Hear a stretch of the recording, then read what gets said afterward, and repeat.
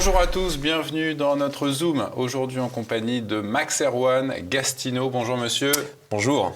Max Erwan Gastineau est diplômé en histoire et en relations internationales et il publie l'ouvrage que voici aux éditions du Cerf, L'ère de l'affirmation, répondre aux défis de la désoccidentalisation, à retrouver comme d'habitude sur la boutique officielle de TVL. Alors ce terme désoccidentalisation qui est très nouveau, qu'est-ce qu'il recouvre ?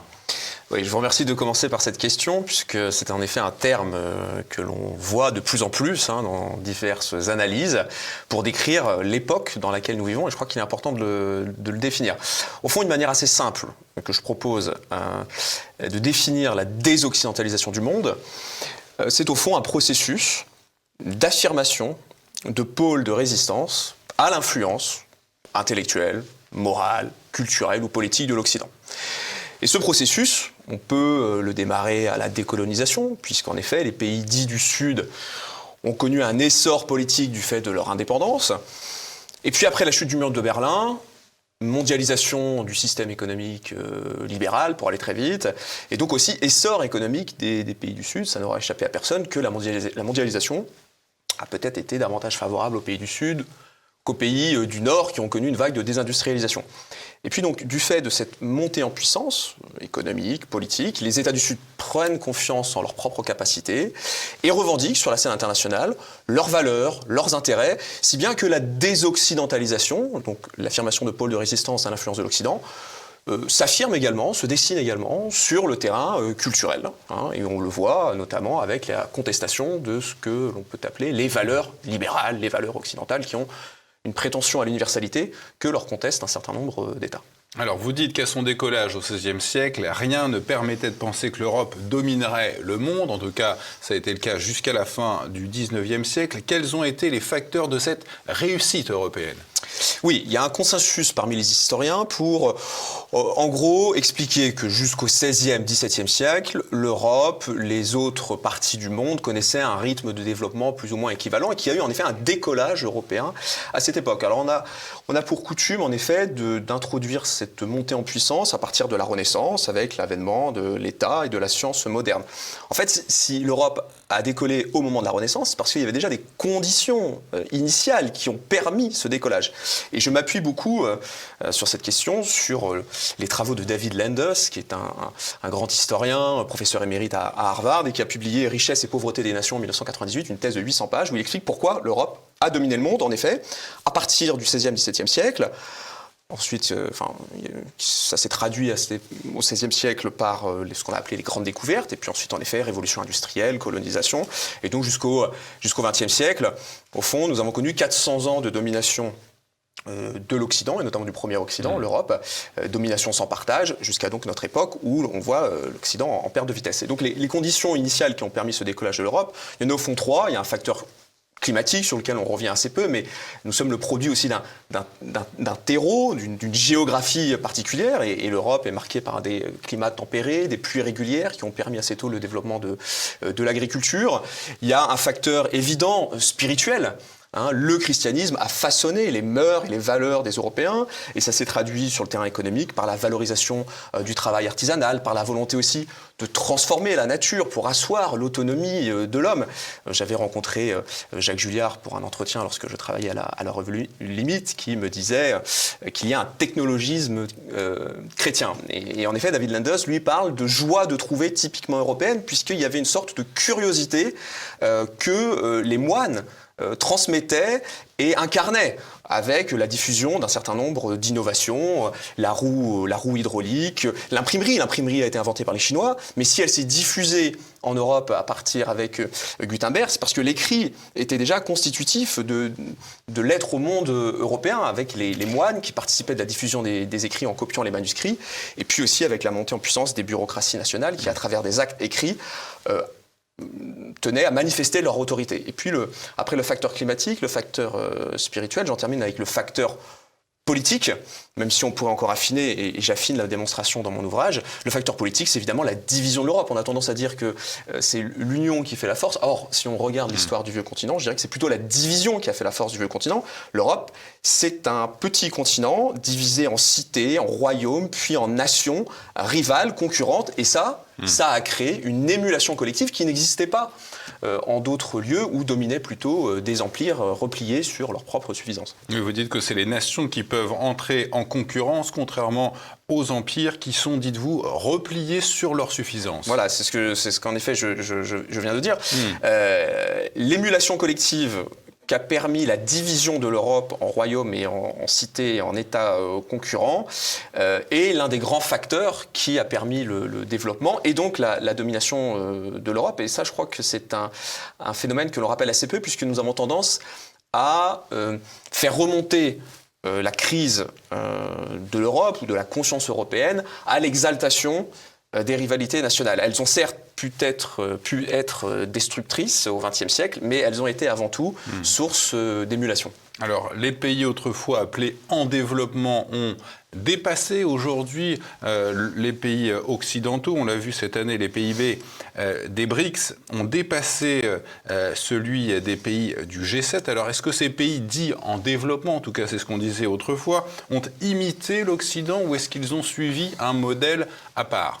Alors, il y a eu un processus. Au fond, la désoccidentalisation, c'est peut-être la fin de l'ère de l'imitation, selon le mot du grand politologue bulgare Ivan Krastev. Et en effet, pendant une époque assez longue, l'Occident incarnait, l'Europe incarnait le modèle à imiter, l'Empire Meiji à la fin du XIXe siècle au Japon, la Turquie de Mustafa Kemal. Enfin, nous avons tout un ensemble d'exemples qui montrent que pour se développer, pour aspirer à la grandeur, à la puissance, il fallait imiter le modèle qui incarnait cette puissance et ce développement. Après la chute du mur, nous avons cru que cette vague d'imitation, d'occidentalisation allait se poursuivre. Alors elle s'est plus ou moins poursuivie. On l'a vu quand même avec la Chine qui est rentrée dans l'OMC. La Chine est rentrée dans l'OMC. La Chine en 2004, introduit dans sa constitution, reconnaît le principe de propriété privée. Donc vous pouvez y voir une forme d'occidentalisation qui malgré tout se poursuivait. Mais les pays du Sud, vous rappeliez en effet le PIB des BRICS, mais il y a aussi, je parle notamment d'un classement du FMI en PPA, qui exprime le PIB des nations en PPA, ce qui permet de neutraliser les différences monétaires, et où l'on voit dès 2018 la Chine devant les États-Unis, le Brésil, l'Indonésie, la Russie devant la France et le Royaume-Uni. Ça a été largement commenté en 2018, notamment par Cédric Tellen, professeur à HEC, que je cite dans mon ouvrage. Et ce qui a permis ce décollage et donc la copie d'un certain nombre de recettes occidentales, et notamment avec la mondialisation, en effet, le libéralisme économique s'est généralisé, mais il a été tempéré dans ces différents États du Sud par le maintien d'un État fort qui organisait quand même le développement de la nation et notamment son industrialisation, si bien que un certain nombre de spécialistes disent que nous sommes passés du consensus de Washington, qui incarnait les recettes libérales diffusées notamment par le FMI à partir des années 70, 80, 90, au consensus de Pékin qui repose sur 3 piliers, l'autoritarisme politique, l'interventionnisme public dans l'économie avec une volonté de développement industriel assez forte et la non-ingérence diplomatique, ce qui fait que, en plus de se démarquer, disons, sur le terrain économique, il y a une vision géopolitique aussi qui est incarnée par ces pays du Sud et qui aujourd'hui éclate au grand jour avec notamment la guerre en Ukraine. Et qui a tendance à déplaire à l'Occident, on l'a vu avec Mouammar Kadhafi. Et alors, à l'inverse des valeurs qui ont permis à l'Europe de dominer le monde, quelles sont celles qui aujourd'hui seraient responsables de son déclin ? Alors voilà, si on suit la thèse selon laquelle la puissance et la domination de l'Europe est le produit de valeurs qui sont antérieures à son développement économique, et on rappelait notamment l'importance du christianisme, peut-être que notre déclin, ou notre déclin relatif plutôt, est-il lui-même le produit de nouvelles valeurs. Ce que j'explique, c'est qu'au fond, l'Europe, grâce à son développement économique, facilité aussi par un État qui a joué son rôle dans le développement économique, a su bâtir son autonomie politique, et puis la capacité de l'homme à maîtriser son environnement. ce processus d'autonomie collective qui s'incarnait dans l'enveloppe de l'État-nation s'est accéléré, a mué, et nous sommes passés d'une autonomie collective, d'une volonté d'affirmation collective incarnée par l'État-nation, à une volonté d'affirmation individuelle. Et je crois que... Avec la Révolution et mai 68. Essentiellement, en effet, les années 70, qu'on en appelle aussi des fois les années 68, une montée de l'individualisme. Fukuyama, d'ailleurs, dans son dernier livre, fait une forme de mea culpa, où il dit que cette montée d'un libéralisme radical nous fait oublier que nous sommes avant tout le produit, je cite, de vieilles nations. Et en effet, je crois que la puissance d'une collectivité humaine est toujours le produit d'un équilibre entre le collectif et l'individu. Lorsque l'individu prend le pas sur le collectif, eh bien, vous avez une plus grande difficulté à vous organiser, à vous penser comme un tout, capable de se projeter collectivement. Et c'est peut-être aujourd'hui ce qui distingue l'Europe de pays dits du Sud, qui eux, au contraire, ont une idée très claire de leur identité collective, de leurs intérêts, et qui n'hésitent pas, du coup, qui ont peut-être moins de difficultés que nous à se projeter collectivement sur la scène internationale, en tant que, encore une fois, tout national assis sur des valeurs spécifiques. Alors il y a un trait caractéristique de l'Occident que vous expliquez très bien dans votre ouvrage, c'est celui de juger, voire de détruire les gouvernements voisins à l'aune du libéralisme, des droits de l'homme, de la démocratie. On appelle cela donc le principe d'ingérence. Pourquoi ces valeurs sont-elles devenues indépassables pour l'Occident ? Alors du fait de notre domination économique et politique, nous avons cru que nous étions au fond titulaires d'une sorte de modèle appelé à épouser les contours du monde. Et cette prétention... c'est très concrètement dans la sphère intellectuelle incarné à travers ce qu'on a appelé l'évolutionnisme qui arrive à la fin du XIXe siècle et qui postulait l'idée selon laquelle, au fond, tous les peuples sont embarqués dans un processus de développement linéaire qui commence au stade de la sauvagerie avec une étape intermédiaire qui s'appelle la barbarie et puis le stade final de la civilisation avec un grand C qu'incarnait l'Europe, d'où le devoir, disait Jules Ferry à la fin du XIXe siècle, des races dites supérieures à aider les races inférieures à atteindre ce stade de la civilisation. Je crois que, évidemment, l'idée coloniale, l'idée impériale européenne a été vaincue, mais nous gardons un petit peu cette idée selon laquelle nous formerions, au fond, une forme d'avant-garde. Alors, il ne s'agit plus de civiliser le barbare, il s'agit de libéraliser l'autoritaire, il s'agit d'ouvrir le replié. Nous sommes toujours, quelque part, ce continent qui a vocation à irriguer de ses lumières l'ensemble du monde, alors même que nous sommes en perte d'influence, encore une fois, sur le terrain économique et sur le terrain géopolitique. Et vous précisez que la démocratie, in fine, n'empêche pas la guerre, on le voit, et que en voulant imposer la démocratie à des pays comme l'Afghanistan et l'Irak, on a oublié, dites-vous, les conditions pré-démocratiques pour l'installer. Oui, tout à fait. Il y a un livre de Serge Mirailov chez Gallimard passionnant sur justement la question afghane. Pourquoi, au fond, la greffe occidentale n'a pas pris sur le terreau afghan. Et je crois qu'en effet, nous oublions que le préalable à toute démocratie est l'existence, j'enfonce peut-être une porte ouverte, mais d'un peuple.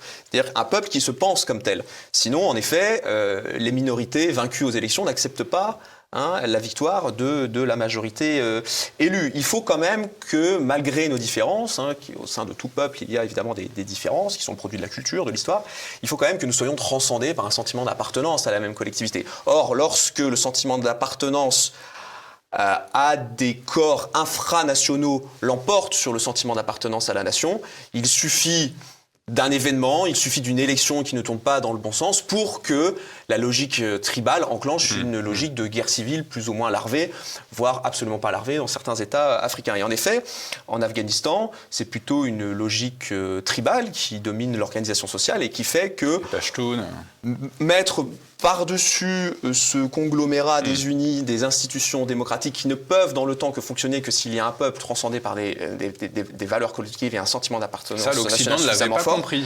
L'Occident l'a ignoré puisque je pense que nous avons nous-mêmes oublié que nos démocraties, avant d'être le produit d'institutions incarnées notamment par l'état de droit, etc., étaient d'abord le produit d'un terreau culturel unifiant ces citoyens et donc reconnaissant comme légitime un certain nombre d'institutions étant en quelque sorte l'émanation de ce qu'ils sont même avant la constitution de tout État démocratique. Héritage qu'il a oublié et même renié depuis. À l'inverse de ce principe d'ingérence, Vous citez l'exemple de l'Amérique latine et de sa diplomatie d'équidistance entre les grandes puissances. Voilà, pas d'alignement automatique sur Pékin ou Washington, mais plutôt le service de l'intérêt national de chaque pays. Comment est-elle arrivée à cette doctrine ? Alors, l'Amérique latine aujourd'hui incarne une forme de gaullisme qui a un petit peu disparu là où il devrait sans doute encore exister. Vous suivez mon regard. L'Amérique latine qui a une tradition anti-impérialiste qui est notamment le produit alors d'une histoire liée à la colonisation européenne, mais du fait aussi de la prédominance des États-Unis, qui n'ont jamais hésité à s'ingérer dans les territoires sud-américains pour y défendre leurs intérêts. Et en effet, en Amérique latine, depuis un certain nombre d'années, vous avez un retour en quelque sorte de la gauche. Et la gauche en Amérique latine défend souvent l'identité indigène, précoloniale, pour réaffirmer le droit des peuples sud-américains à se doter d'une vision et d'une politique indépendante du colon ou des Occidentaux. Evo Morales en Bolivie. Evo Morales l'a incarné évidemment en Bolivie, mais peut-être l'État aujourd'hui qui l'incarne, peut-être à notre grande surprise aujourd'hui, étant donné sa proximité avec les États-Unis historique, c'est le Mexique. Le Mexique qui est passé à gauche pour la première fois. Et vous avez en effet Marcel Obrador, le président du nouveau président du Mexique, qui, en juin 2022, j'en parle dans mon ouvrage, refuse de participer au sommet de Los Angeles, le sommet des Amériques, qui a lieu depuis le milieu des années 90 chaque année, parce que Joe Biden, à Los Angeles, ne voulait inviter que des États démocratiques. Il voulait mettre l'Amérique latine au diapason de sa propre vision des relations internationales à l'aune de la guerre en Ukraine, le camp des démocraties contre le camp des autoritaires. Et le président mexicain a refusé de se rendre à ce sommet, a menacé de le boycotter, finalement un ministre a représenté le Mexique, en disant « Le sommet des Amériques a vocation à représenter l'ensemble des pays latinos, quel que soit leur régime politique », le Mexique étant dans une logique d'affirmation sur la scène géopolitique qui, en effet, met à distance à la fois les Occidentaux et des pays comme la Russie. Le Brésil est également sur cette ligne, avec Lula. Vous citez d'ailleurs la doctrine de Genaro Estrada Félix, le Mexicain, qui refusait de juger les gouvernements voisins, et cette citation de Malraux: « Le 19e siècle a cru que l'international triompherait, or nous voyons très bien que c'est la nation aujourd'hui qui triomphe. » Alors vous dites que la désoccidentalisation du monde pourrait permettre à l'Europe de prendre conscience de ses particularités à condition de définir qui est le peuple. Alors c'est quoi le peuple ? Oui, en effet. Les pays du Sud, au fond, nous disent vous n'êtes pas à l'échelle de l'universel, il y a d'autres réponses, d'autres manières de concevoir le monde et les relations internationales. Donc nous sommes un petit peu renvoyés dans nos cordes, nous sommes renvoyés à nos limites, et je pense que ce renvoi peut être une chance, parce qu'il peut nous permettre en effet de nous interroger sur ce que nous sommes et nous interroger sur notre relative perte d'influence.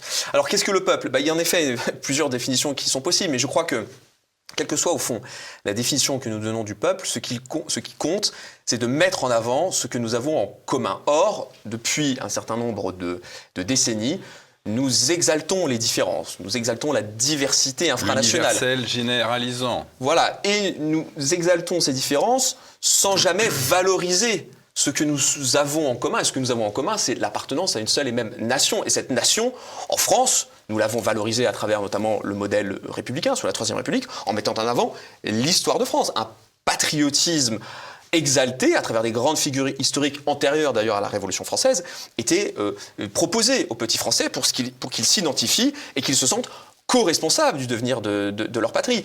Et c'est peut-être ce sentiment national qui peut reposer aussi sur des références culturelles ou, comme dans le modèle républicain, sur des références historiques, qui nous fait aujourd'hui défaut. Quelqu'un comme Raymond Aron, qui est sans doute la référence intellectuelle que je mobilise le plus dans ce livre, s'inquiétait lui-même, qui est considéré comme étant l'un des parangons du libéralisme, s'inquiétait à la fin des années 70 d'une montée de l'individualisme qui allait nous faire oublier le citoyen.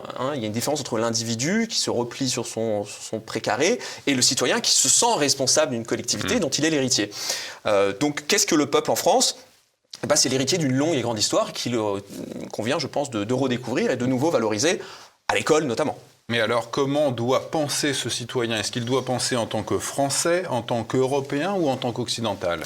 Alors, en effet, je dirais que l'identité de chaque peuple, mais restons sur le cas français, et c'est un petit peu une poupée russe, il y a plusieurs composantes, et donc il y a une composante occidentale, il y a une composante européenne, une composante française dans notre cas.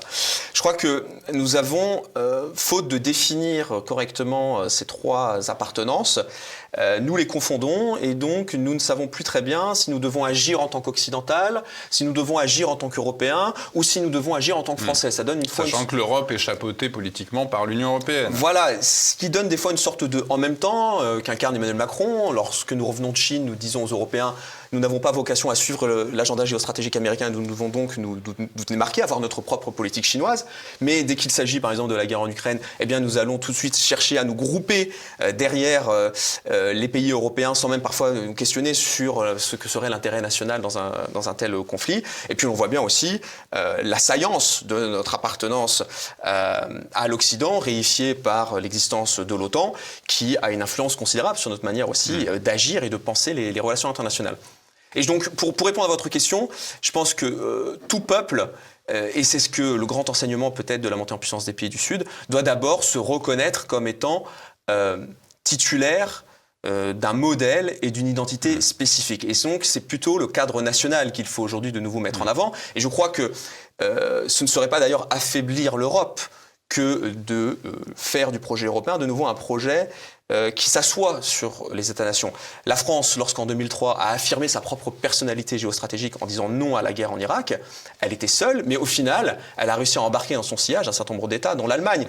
Il y a un dissensus constructif qui peut être aussi le produit des traditions nationales. Et sur le terrain géopolitique, je crois que la tradition nationale française, encore une fois incarnée en 2003 par l'appareil diplomatique et notamment par Dominique de Villepin, a beaucoup à nous dire dans une ère désoccidentalisée qu'elle avait déjà anticipée, d'où son refus de la guerre en Irak, qui n'était pas juste simplement un refus de cautionner le mensonge de l'administration américaine, mais qui était aussi le produit d'une anticipation d'un monde qui évoluait déjà et qui évoluait dans un sens post-américain, désoccidentalisé. Le post-américain, je reprends l'expression de Zakaria, grand éditorialiste de CNN et qui a publié un livre en 2008 intitulé « Le monde post-américain ». Alors vous citez justement à juste titre Dominique de Villepin, le diplomate, et vous dites aussi qu'il nous faut revoir notre regard sur l'extérieur. Alors comment refonder une diplomatie française et occidentale plus largement, qui ne soit pas si sûre d'elle-même, si dominatrice, comme Emmanuel Macron a pu nous le montrer à chaque fois lorsqu'il est allé, je crois, une vingtaine de fois en Afrique. Oui. Il y a un lien entre la capacité à se définir comme étant un corps spécifique et la capacité à concevoir qu'il existe d'autres corps, d'autres réponses, d'autres mondes, d'autres manières d'ordonner la cité, de concevoir l'économie, les relations internationales. C'est peut-être la grande chance de cette ère désoccidentalisée qui invite au fond les Européens à opérer un double mouvement, un mouvement d'ouverture. Il nous faut comprendre les représentations qui dominent les autres peuples, qui dominent les élites de ces autres peuples, qui ont leur propre trajectoire, leur propre déterminisme climatique, spirituel, politique, qui font que nous n'avons pas tout à fait la même vision du monde et la même manière de réagir. On le voit évidemment, mais il faut peut-être le rappeler. Et parallèlement à ce mouvement d'ouverture, je crois qu'il faut, c'est ce que nous disions juste avant, nous affirmer à partir de nos propres spécificités, car nous avons des intérêts spécifiques à défendre. Il n'y a pas de géopolitique, de doctrine de politique étrangère sans une conscience spatiale et temporelle claire. Et c'est en nous renvoyant à nos spécificités, en nous disant « vous n'êtes pas à l'échelle du monde, mais vous êtes le titulaire de valeurs spécifiques », les pays du Sud nous disent au fond « retrouvez confiance dans votre propre spécificité et peut-être aurez-vous l'humilité de reconnaître qu'il existe d'autres façons de concevoir le politique, l'économique, etc. » Dites-vous d'avoir un concurrent valable à l'international, ce que n'avait pas l'Occident après la chute du mur de Berlin, et c'est en cela que vous voyez la Chine comme un contre-modèle qui pourrait nous inspirer à nous régénérer. Oui, c'est-à-dire que nous avons péché par orgueil, nous avons cru que nous étions à l'échelle du monde et donc que nous pouvons imposer nos valeurs en Afghanistan, en Irak, en Libye, et nous avons commis au nom de cette prétention un grand nombre d'erreurs que nous continuons de payer aujourd'hui. L'avènement d'un contre-modèle spécifique qui n'a pas, lui, vocation à s'étendre par-delà un certain nombre de sphères, même s'il peut inspirer un certain nombre de gouvernements, comme le modèle chinois, qui, malgré des accents qui, en effet, ont toute raison de nous déplaire, offre un certain nombre de réussites sur le plan économique, indéniable. Je pense que ça peut être également une chance, parce que là, nous voyons un modèle nous résister, être en capacité peut-être de faire mieux que nous sur un certain nombre de terrains. Et qui s'appuie sur son héritage confucéen. Qui s'appuie sur son héritage, en effet, confucéen, qui est largement revendiqué aujourd'hui, depuis une trentaine d'années par les élites communistes. Et le fait d'avoir un modèle concurrent, un modèle sérieux, théoriser, penser, qui offre des résultats, peut, encore une fois, là, c'est vraiment le fil rouge de mon essai, nous permettre peut-être de nous interroger sur nos propres limites et ici ou là, peut-être, d'ajuster notre propre logiciel.